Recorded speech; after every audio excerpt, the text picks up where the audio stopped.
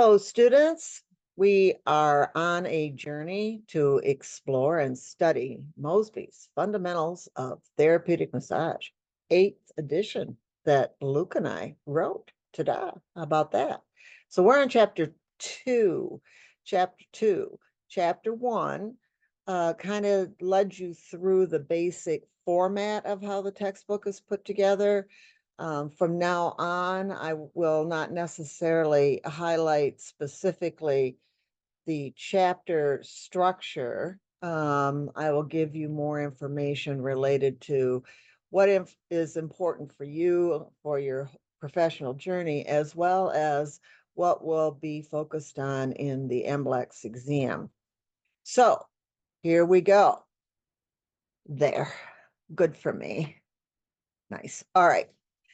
So let's scroll down and get to the first unit we're working with, professional practice, and click on that.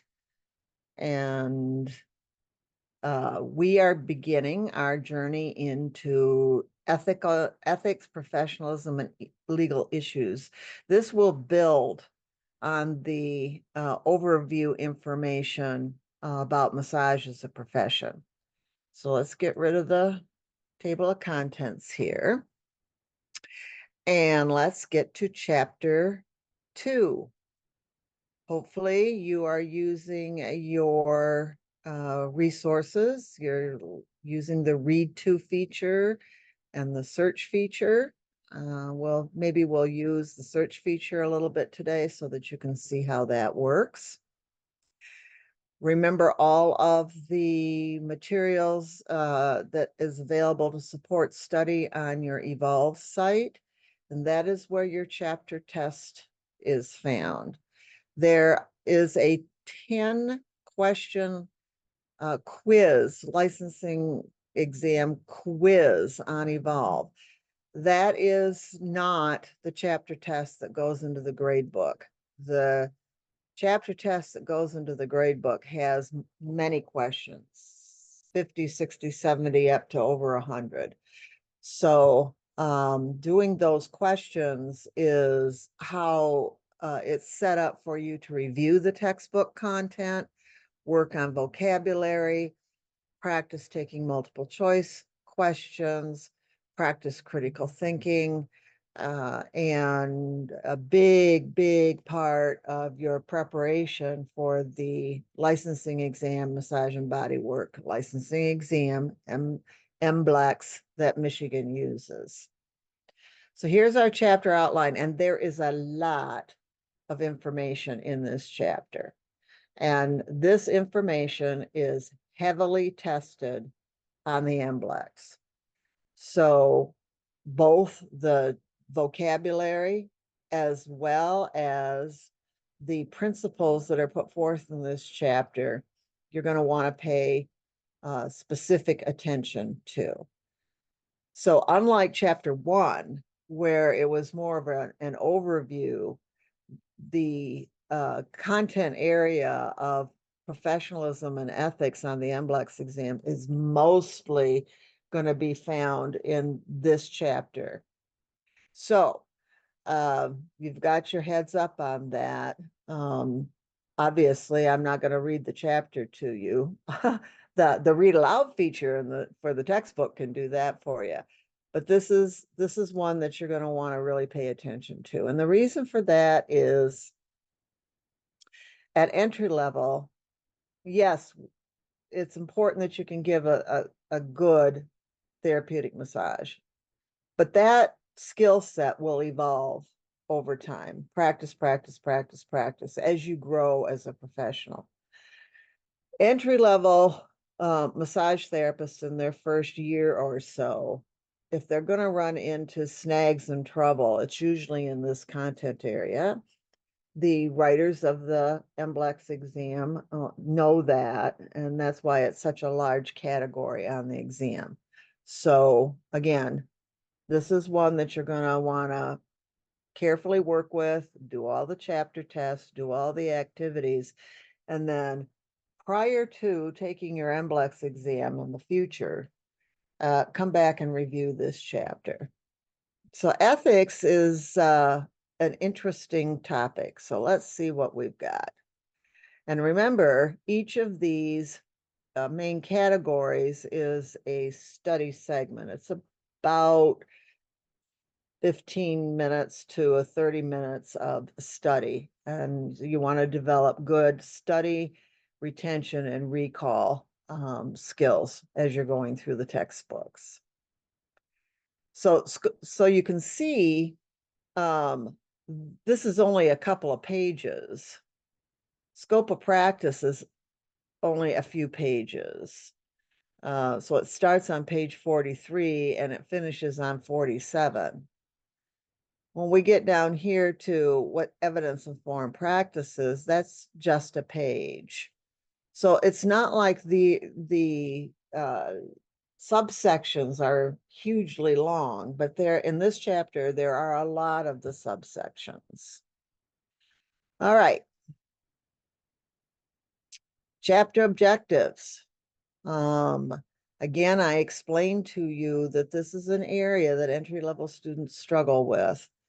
And if you're going to get into any kind of legal problems in the future, it's probably in this area, not related to whether you can give a good massage or not.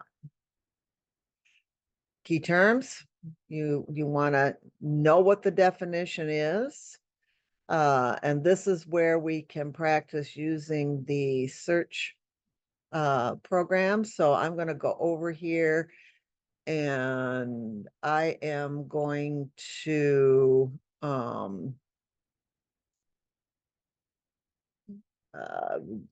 pick up one of these terms. So let's look at informed consent. So I'm going to copy that. And then I'm going to go over here on the top of your screen. You're going to see a little magnifying glass. And I'm going to put the term over here, paste. So it says informed consent. And then I'm going to hit the search.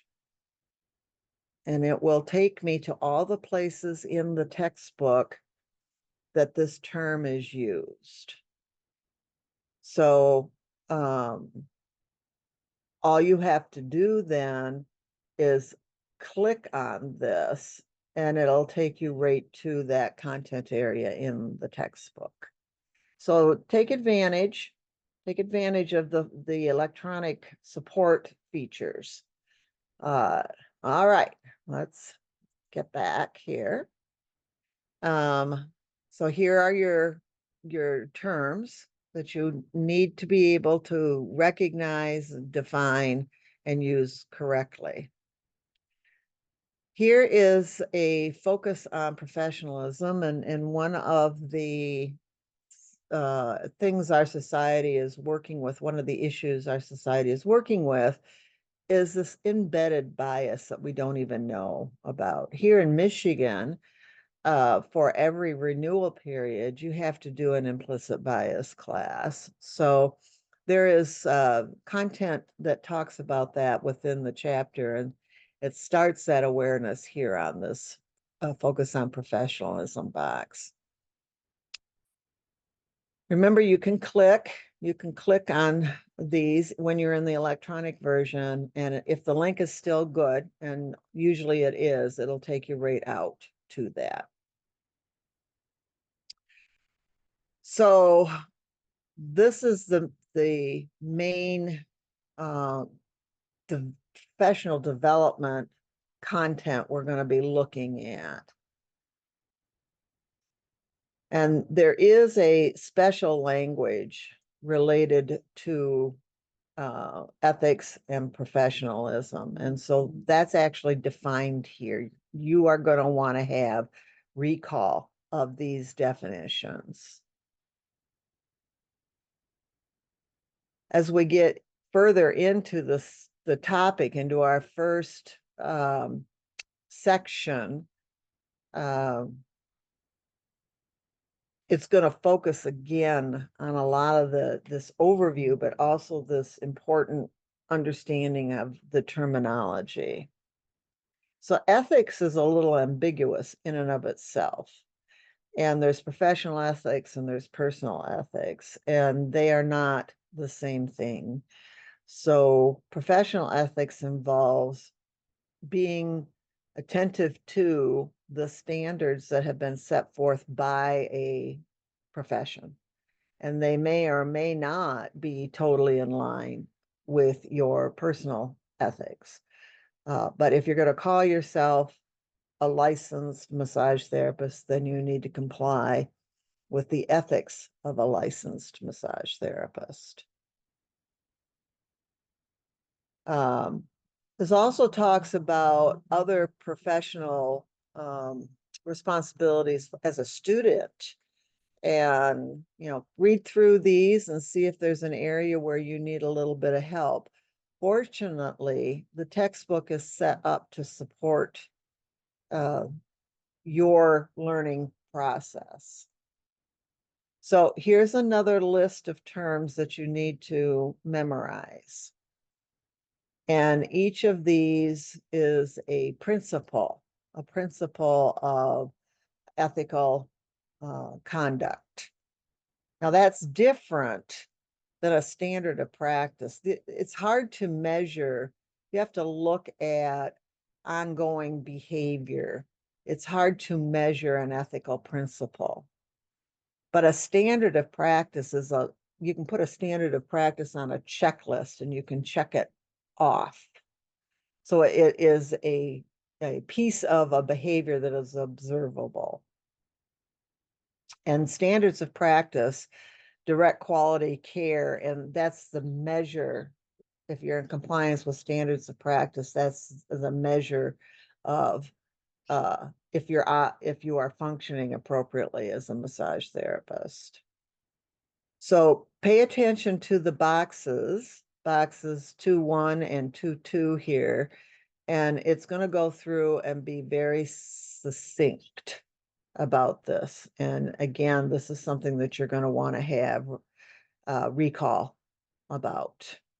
So we will discuss this in class, obviously, but the content is very well presented in the textbook. And there's a lot of these. So, this is how you gauge your own growth as a professional too. You go through and you use this as a point of self-reflection. Do you, as you grow as a professional, undergo periodic peer review? Are you constantly evaluating yourself and your own behavior? Our scope of practice, what the law says we do, has to fit in with other recognized licensed-based scopes of practice. And so that's what this box is. It gives you definitions of other occupations and their scope of practice. So like I just said, scope of practice is written into our legislation. Then within that, you will have a personal scope of practice based on what your training and expertise is. So I've been around long enough, taken enough classes, studied enough that my skill set and my professional behavior, just like with Luke, fills up the whole scope of practice potential for massage therapy. But at entry level, when you're just starting, your skill set does not fill up the whole of what massage therapists are able to do. You will grow into that. I've got a box in a little bit that'll show you that. But that's okay. If you find that you're working with something that is within the legal scope of practice, but it's not in your personal professional scope of practice, then that's what triggers you to go learn more through self-study, through taking a class. So there is confusion in the massage world because our history, like was discussed in chapter 1, evolves from many directions and many cultures. But what we want to concentrate on at entry level is this overlap, this fundamental physiological overlap of massage methods. Then if you decide you want to specialize in a method, then you can get additional training after graduation. So here's that box I was talking to you about. This is the entire scope of massage therapy. However, at entry level, this is primarily where you are educated, is here. Now, as you grow and learn more, it encompasses the box before. You don't get rid of this one. In fact, the skill set that you develop in this initial scope of practice is the foundation of everything else that you will do. But as you grow, get more education, more experience, then you'll be able to fill this up more. And typically what happens is that this very important area right here where you're working with wellness and health promotion, as you start to expand your scope of practice, you're working with more complex clients that are starting to develop pathology and chronic on long-term chronic conditions, or athletes that have or dancers that have a lot of performance demand. And then you also begin to work with other professionals in an interdisciplinary setting. While you're here in this very important area, what you would be looking for is when you would need to refer. If a client needs a set of care skills that you don't yet possess, then you would refer, and then over time you would learn more, whether referred to another massage therapist or you referred to another health professional. Autonomous practice happens in this arena, and it is more likely that as you fill in the scope of practice for yourself, you'll begin to work with either through a referral network or actually in a interdisciplinary care process. So here is some practice parameters around our scope that's kind of unique to massage therapy. So these are our definitions that were introduced in chapter 1. And then read through this, and also then again slow down and pay attention to this idea of salutogenesis and the wellness continuum. This is also talked about in your essential science book in chapter 2. And then we get into the concept of specialization and scope of practice, and that happens after entry level. Now you can get an idea of what you might want to specialize in, but specialization is not instead of what you learn in your entry-level program. It builds on to what you have learned. So what we're going to discuss in this section is the categories that we've mentioned. So this one is wellness-based scope of practice. This is where you will be at graduation and starting to move into more complex care. And then the medical care based massage scope of practice. And there's a lot of confusion. There really isn't medical massage. You might hear that term, but there is the practice of massage in a medical setting. And on that wellness continuum, that salutogenesis, this picture up here that we took a look at,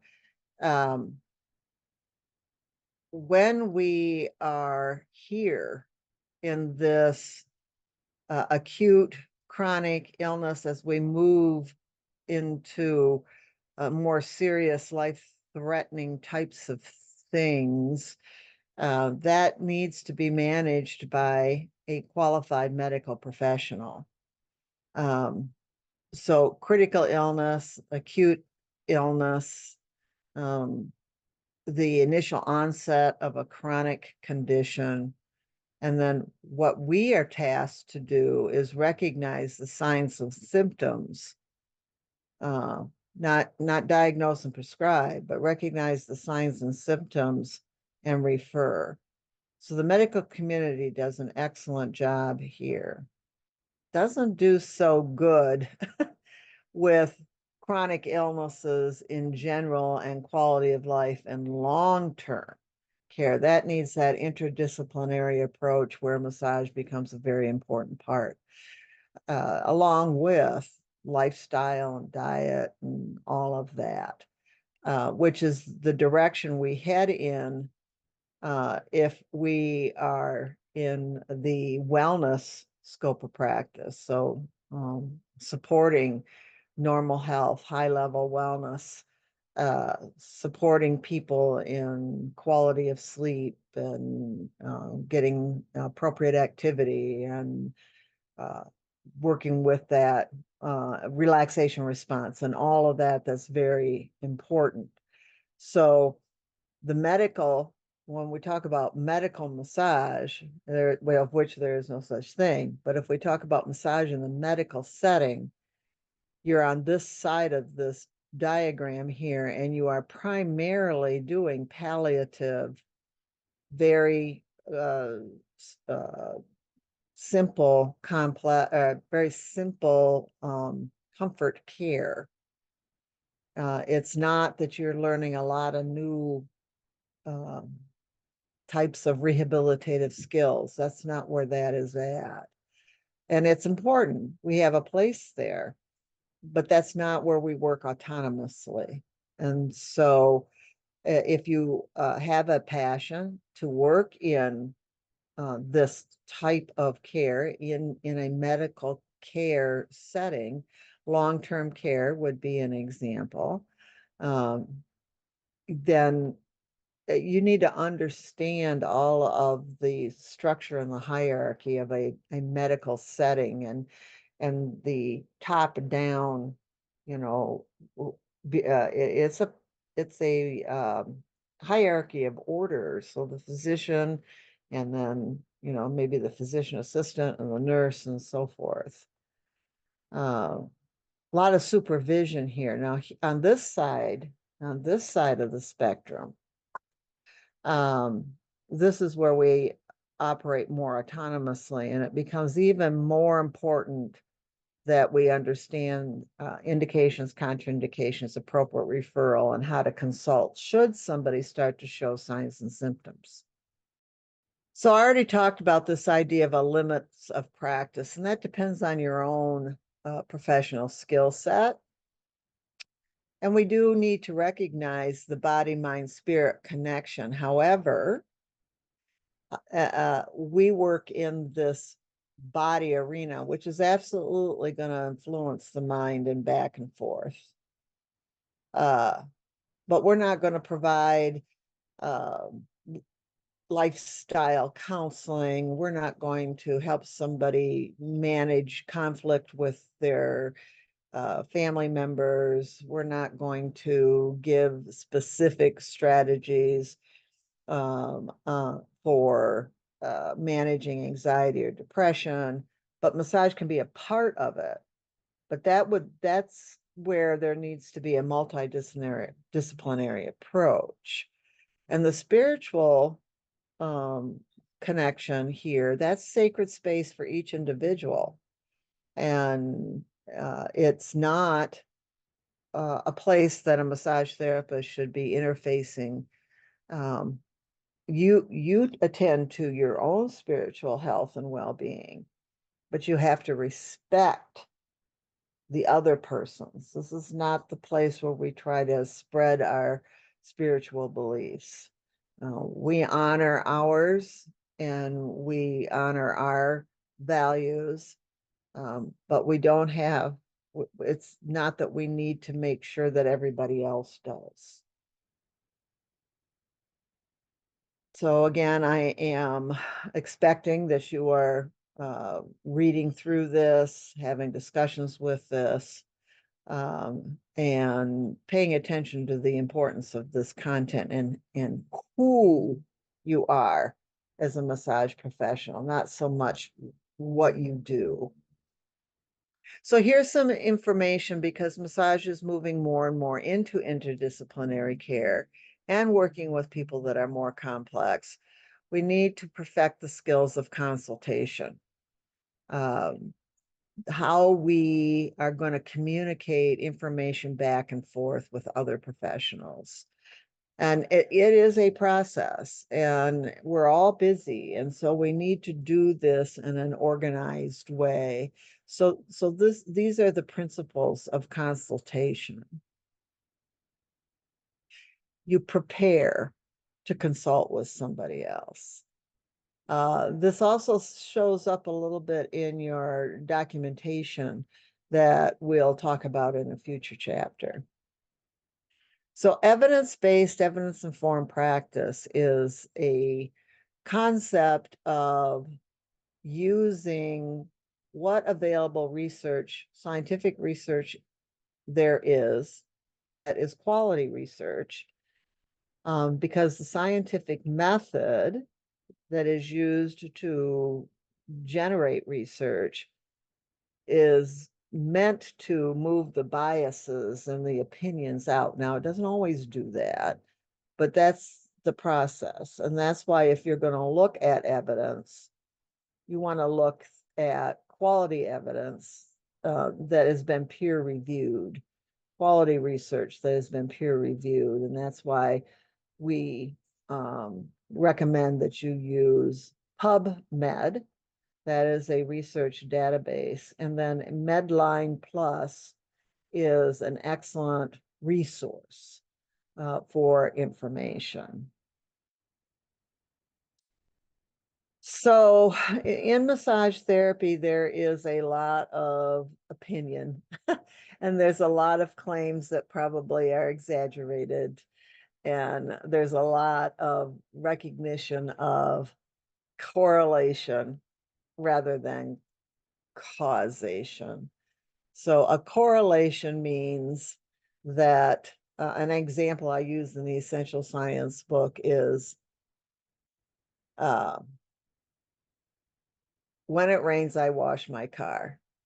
Rain makes me wash my car. Uh, but that's maybe not it. I can wash my car even if it doesn't rain, and I don't have to wash my car if it's raining. And washing my car doesn't make it rain. That's the causation.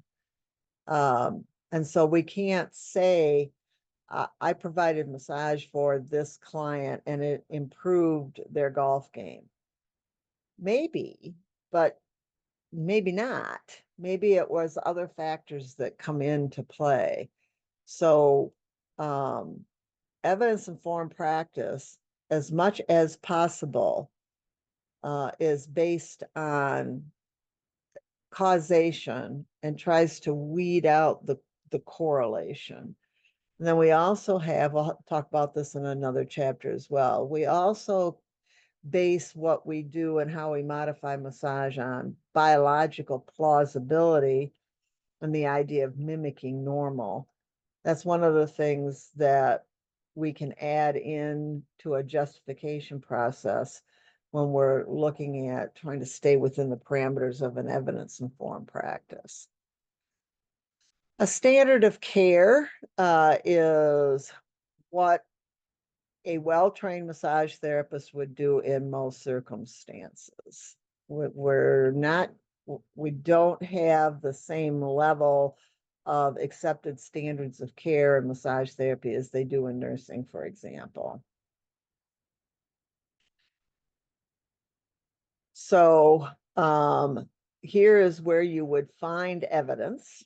Now, so evidence-based means there's enough there's enough research, it's solid, it's been replicated, that it can be seen as true or a fact. The issue is that things change. What we thought was true or a fact 10 years ago may not be now, because there's been more research that has shown a different way of thinking about something. So you can't get stuck just because something was true 2 years ago doesn't mean it's still true, as things shift.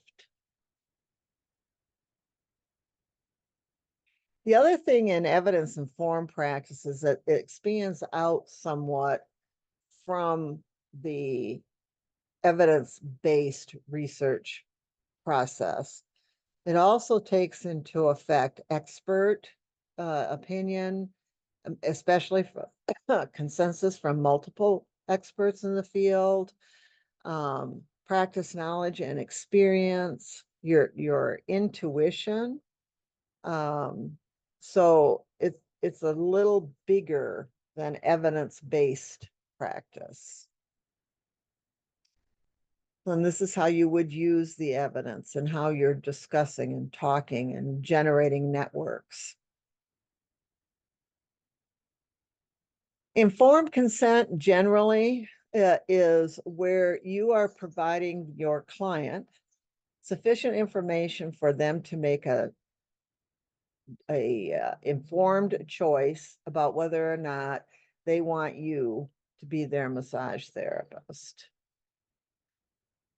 So here's a proficiency exercise, and it's a kind of a role play group activity. And if you are doing this in the classroom or with a study group, that's fantastic. But you could also just kind of walk your way through something like this in your imagination. So these are the questions that you need to answer for the client in an informed consent process. And that becomes part of your intake process. This is where you're gathering information. This is the uh, fact gathering process and a clinical reasoning, critical thinking process. It also shows up in some of your marketing materials, such as a brochure or a website.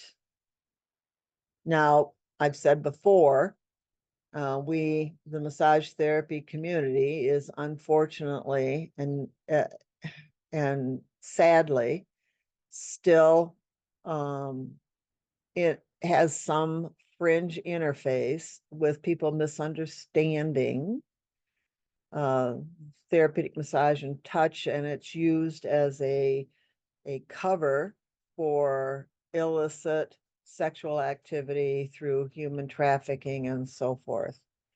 Because that confusion exists, right, wrong, or indifferent, we have to clearly put forward to our clients and the public that therapeutic massage is not a sexual activity.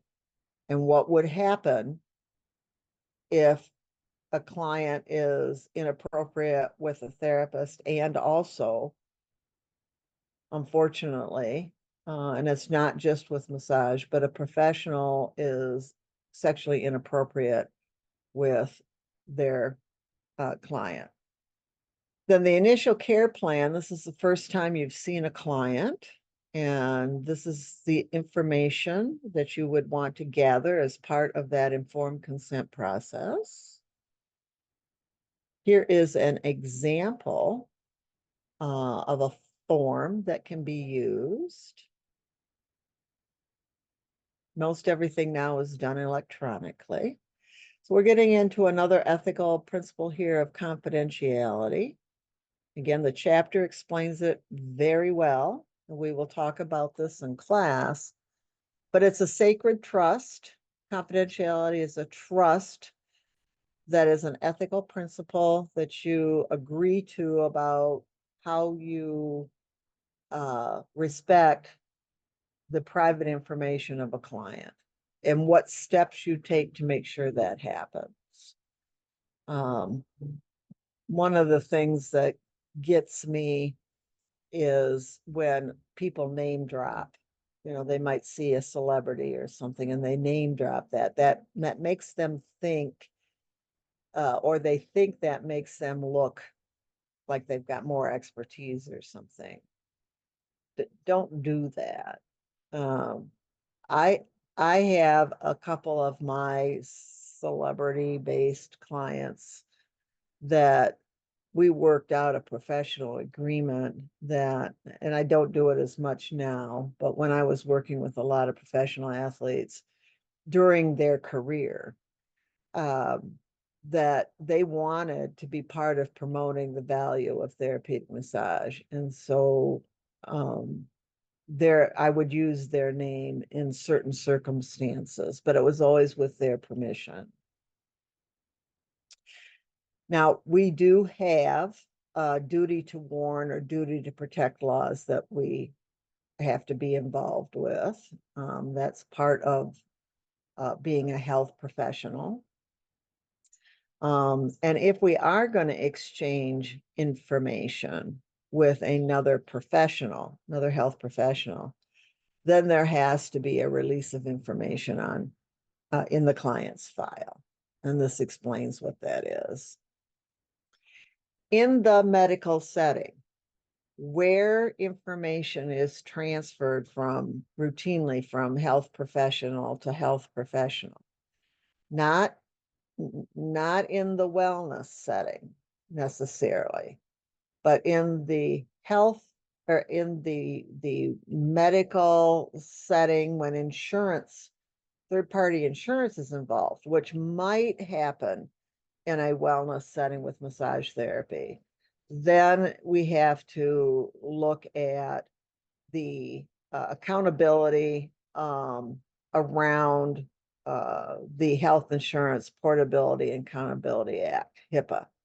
This section takes you through that and how we maintain the confidentiality and the integrity of the client's files. Where if you work in an environment that needs to be HIPAA compliant, they should be providing you specific training on how they do that within their facility.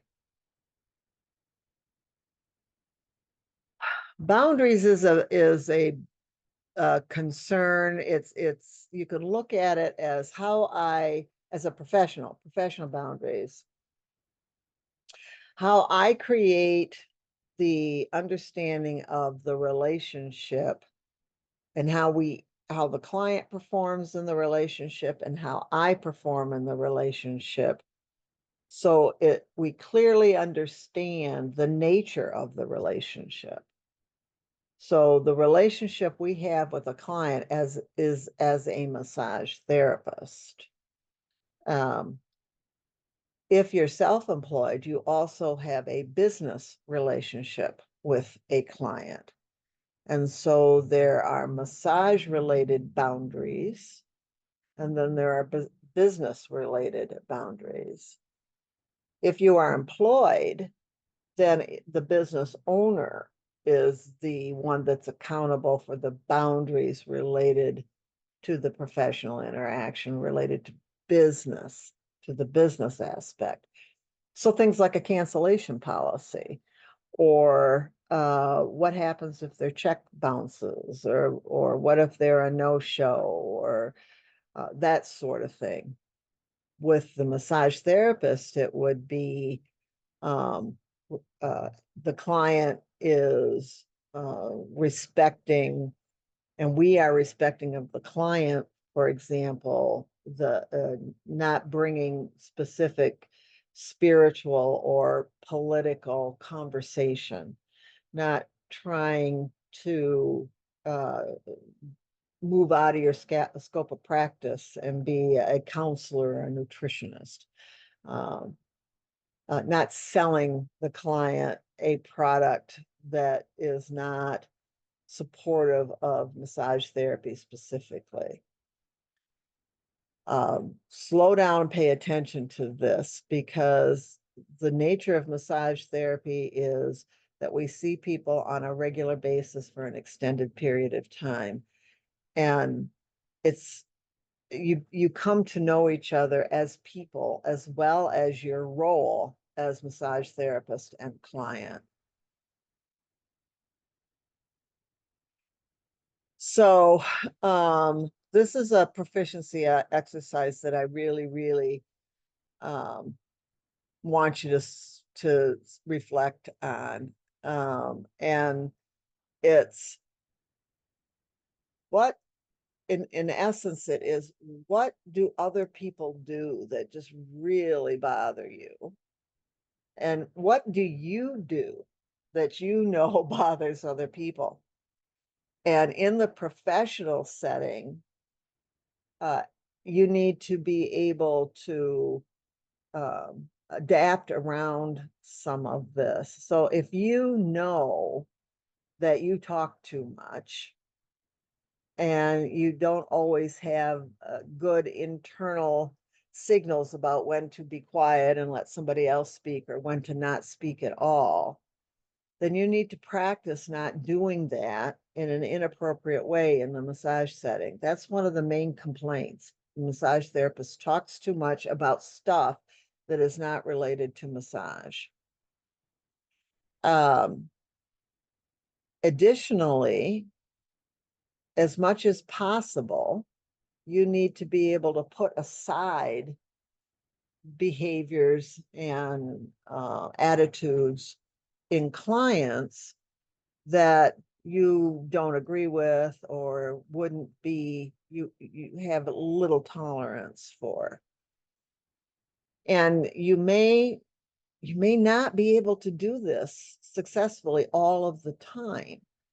And then that would be where you maybe shouldn't be working with a person, the person that you bother, the person you bother, and you're unable to consistently modify your behavior, or with a person that really bothers you, your own personal values and morals, and refer.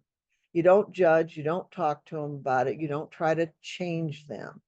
You just, it would be unethical to work with them. Uh, an example of that would be somebody who has body art tattoos, that the visual on that I might find offensive. Um, but that's not, if that's not an integral part of our professional relationship, then I should be able to ignore that. But if I can't, then I need to not work with that person. And I need to explain succinctly why I am not the most appropriate massage therapist for them. And that sometimes those biases sometimes fall into ethnicity, culture, religion, and so forth. Also in gender identity and sexual orientation. So in the massage world, you do your very best to be a gender neutral professional. So you don't dress in a gender revealing way, you don't talk specifically in a gender revealing way, you don't disclose gender specific behaviors, nor do you judge that with your client. Gender expression has no place in the massage world. Um, so we don't judge somebody's gender expression. We're working with the person, nor do we superimpose or flaunt or make a statement about our gender identity and sexual orientation. That's pretty simple. Social stratification is also an issue. Also, that's part of, you can get some economic uh, stratification that occurs. I'm in my 70s now, so sometimes people will look at me and think I'm too old to do massage. or somebody might be just graduating from massage school and they're in their early 20s, and it might be difficult for somebody to older to appreciate that that person really does have that skill set. So we have physical boundaries, stay an arm length away. That's until invited in. And then when we can't do that as a massage therapist, but that's where the handshake came from, is the hand came out and the other person's hand came out, and we were not close enough for hand-to-hand combat. And when our hands actually touched, then it was saying, okay, we trust each other enough. That's an example of a physical boundary. So the client needs to give us permission to touch them, and they shouldn't be touching us either. Emotional boundaries, political and religious boundaries. I've talked about these a little bit. Time boundaries. This comes in often as an issue with people that are always late to something, or in the massage business, they cancel or no show. But there are a lot of examples of time boundaries. The typical massage therapy interface is on a 50-minute therapeutic hour. It can go longer and it can go less, but that time frame actually is really good for allowing an intentional span between the client and the practitioner to stay within their professional roles, because the client has a professional role as well. Big one, social media boundaries, personal relationship boundaries, especially with coworkers and clients. That's a no-no. Assertive communication becomes not aggressive communication, but assertive communication. Direct, respectful, requires clear listening and expression. So I encourage you to take additional classes about communication, conflict resolution, and assertive communication. It's here in the book, but it's a really, really important skill. So that's something you would like, I think is very important to explore as additional study. Here's a box on beginning a discussion on determining boundaries. And you can refuse. It has to make sure that it's not discriminatory. But there is right of refusal for both the client and for the therapist. So this leads right into the therapeutic relationship, which is where we have our professional roles. The client has a role and the massage practitioner has a role.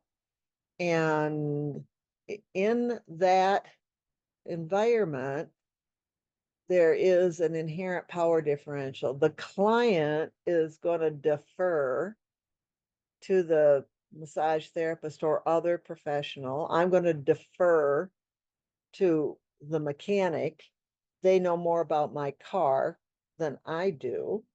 But I also have to remember that that mechanic needs to respond to me and listen to me and be honest with me.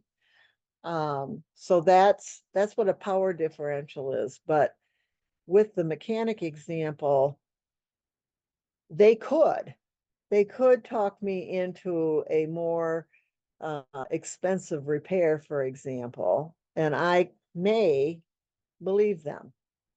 So you do have to really watch for that power differential as well as dual roles. And a dual role might be that the neighbor, my neighbor, that's a relationship, is also my mechanic. I might find myself in conflict because if I disagree with my mechanic, I also have to live right next door to him. So I'm more apt to try to reduce a conflicting ongoing situation by living next to this person, and maybe then I become unduly influenced by them. So again, important information through here. And then this is always tested, always, the difference between transference and countertransference. Down we go. And then what a therapeutic alliance is that the client agrees to the rules and policies, and we're the one, because we're the professional, we're the one that sets that, but we do that in a client-centered way. We are doing that with the best interest of the client in mind, and setting the environment and the expectations so that the client respects us as well. So here's this dual multiple roles, and then this gets into a discussion about intimacy. And we do connect with our clients. That's part of the therapeutic relationship. We touch them. As we touch them, they touch us back. If I'm touching somebody's back, their back is touching me. If I touch somebody's face, their face is touching me. So, we need to be very reflective about how we interact in this realm of professional intimacy. And touch is part of a sexual interaction. We can't deny that, but all touch is not sexual. So it's hard to have a sexual interaction without having touch, but you can have lots of touch without a sexual interaction. So, but there is a level of the it feels good, the pleasure, the feeling of nurturance that can be confusing for the client if we don't understand this and the nature of the boundaries and the other ethical principles that we've talked about earlier. Never, ever, ever is it okay for there to be sexual misconduct and sexual harassment from either direction. Massage therapist towards the client, or the client towards the massage therapist. And this box is very clear about what that is. And because of our unfortunate confusion with prostitution, we have to be very clear about this. You can't tap dance around it. In a later chapter, when we're talking about client communication specifically, we'll talk about no touch zones and the appropriate behavior of a client, and it's just never tolerated. So we also unfortunately get ourselves involved with the terrible situation of human trafficking, because most of the illicit sexual businesses, the parlors, are a organized crime, human trafficking situation. So here's some guidelines on maintaining professional space and what to do if you go to somebody's home. Using body language to set those boundaries, and some guidance on how to manage the professional relationship, because you want to care about your clients. You want to have compassion for your clients. That's the main reason why they're there. But it has to be within context. And it talks about long-term clients here as well. This segment starts to really bring forth critical decision, critical thinking, and it's bringing it forth in the process of ethical decision making, and it's providing a platform, a template to follow. And this is a consolidation of a bunch of different decision making styles, but this is the one that we have, and you want to practice this in many areas, including how you answer a multiple choice question. So define the situation, gather the facts, what would be the possible solutions, analyze those to see which ones are going to be effective, and then make a decision on implementation, and then review it, make sure that it doesn't need to be altered, or that it worked well or whatever. Also, some terms here about support as we move into our professional practice, a mentor, supervisor, and peer support. So here's an activity that is going to challenge you to practice this decision-making process. And goes into this proficiency exercise with this. Always slow down and pay attention to your boxes. And then communication skills, I already mentioned. It would behoove you to take additional training on effective communication skills. So listening, the idea of what you do or what somebody else does that interferes with, active listening. The I message is a long-standing pattern for reflective listening. Here's an example, and then conflict. You're not going to avoid conflict. It's always going to be a potential. And there are ways of managing conflict that are discussed here. But again, this would be a good additional study for everybody on conflict resolution. I have had additional training on communication and conflict resolution and mediation and all that. It's been was part of my master's degree. So pay attention.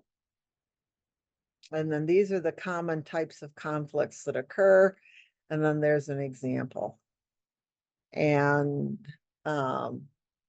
it is conflict that persists, that undermines a person's happiness and feeling of being able to be part of a solution to help somebody. It'll undermine a business team. It's just, and you can't ignore it. You can't ignore the conflict. It's got to be addressed, but it needs to be addressed appropriately. And you want to get as much emotion out of it as you can and start looking for a process that can be changed. So there are examples through all of these: data conflict, interest conflict, values conflict.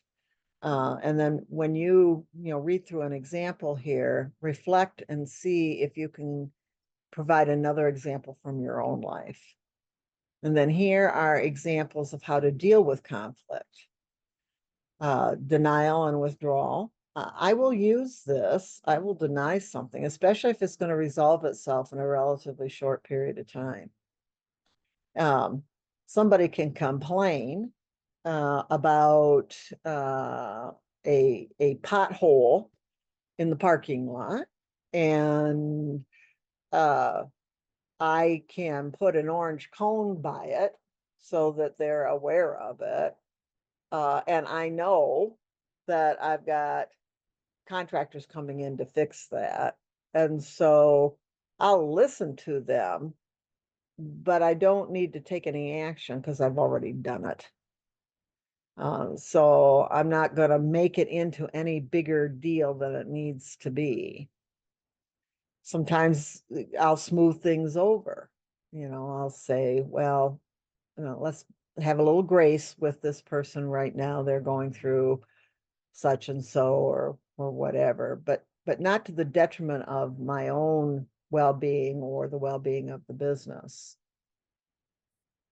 And I will use power and dominance appropriately, where, sometimes that's just the way it is. And if it doesn't work for you, then you are free to leave. And that's okay. Compromise and a negotiation. I mean, I've had specific training on this, and you know what? This works, but everybody has to give a little and nobody is entirely happy. But you can live with it and you can move on. And you don't have to continue to personalize it. Conflict gets really difficult when you personalize it instead of looking for a process, like that the business platform has changed and they're trying to work in another service or expand, like in a massage clinic, expand to bring in an acupuncturist. Well, there's going to have to be changes in room utilization and all kinds of stuff that goes on with that. And you need to work together to find a solution about how to do that. It doesn't, but if you're personalizing it, it is, well, people think the acupuncturist is more important than me and, all that kind of stuff. And I'm going to throw in don't gossip. Don't do that. If you've got a situation that is not working for you, then, and you're in an employment situation, then talk to the employer. Don't try to get other people on your side. And if it's unresolvable and you can't find a place of peace, then go someplace else. Don't continue to be miserable and make everybody else miserable. Ideally, we would collaborate and we would work together and people would find a solid place for things to move forward and work well. So this has to do with the environment of the, how safe or how defensive an environment is to talk about things. Of course, all of this is can be an example, or you are dealing with this in your personal world as well. So conflict is not a bad thing. It brings to the surface, it brings forward something that needs to have some attention to, or at least an understanding of what's going on and why. And the idea that we can't change it, so we've got to adapt, or there can be a change. There goes Gary the cat's tail. We can change it, but it's going to be a process over time. So here are some suggestions on how to actually communicate with this. And the example I give is somebody that has body odor, because this is one of the things that commonly occurs. So read through the example, and then what gets in the way of effective communication. The next section that you're going to look at is credentialing and licensing. And this goes through and explains very well. Licensing is a legal credential that you have to practice. A certification is a voluntary credential that you get to show expertise in a particular area. It's a regulated process, but it's not a legal process. And the term certificate and certification are typically misused. So rarely are you certified. The only thing we have in the massage community that is a true certification process is the board certification process through National Certification Board for Therapeutic Massage and Bodywork. That was discussed in chapter 1. If you go and take a continuing education class, let's say you take a continuing education class on working with chronic pain, you don't, at the end of that class, the educator doesn't give you a certification. They give you a certificate of completion. You are not certified. You are additionally trained. You have a certificate to prove that, but you are not certified. And the problem in our world is that other health occupations know the difference. And it makes us look unprofessional when we don't use those terms appropriately. And that's what this discussion is right here. So read through the various regulations and legal compliance that we need. And here is a box about that specifically. Reciprocity is not going to universally occur. There is not a national license for massage therapy. Occupational licensing is a state function, not a federal government function. One thing we do have occurring, and hopefully it will pass through the various states, is something called the Interstate Massage Therapy Compact, and that's where states agree to cooperate. If you're licensed in one state with this additional credential, you're able to function in other states that accept it. So there has been some progress made. And then what do you do with somebody around you who is acting unethically? And here are some steps for that. That's a hard one. That's a hard one. Here are some legal actions that are taken and language that you're going to want to know. And then we get to the end of the chapter. One that you will want to review more than once. And so when you get through, you're looking at this as a general overview. You're viewing this video as a general overview. But when you go through each of these segments on your own in your own individual study, you will certainly go much slower and have more reflection and more projection into the future on how you might respond, and you'll develop that language and terminology that's important. So here is the referencing, and here are these multiple choice questions for discussion and review with the answers and rationale found for you on your Evolve site. So that's your general overview for chapter 2 of Fundamentals of Therapeutic Massage. We will talk about it over and over and over during your course of study. And remember, this content is about who you are as a professional and how you behave and the respect that you have. And it is the foundation of the professionalism that you will bring forward as you go into professional practice. So don't ignore this. Make sure that you are looking at yourself succinctly and identify where you need to modify behavior, because we all do. We all do. So, and then also identify where you're doing good. And so, ta-da.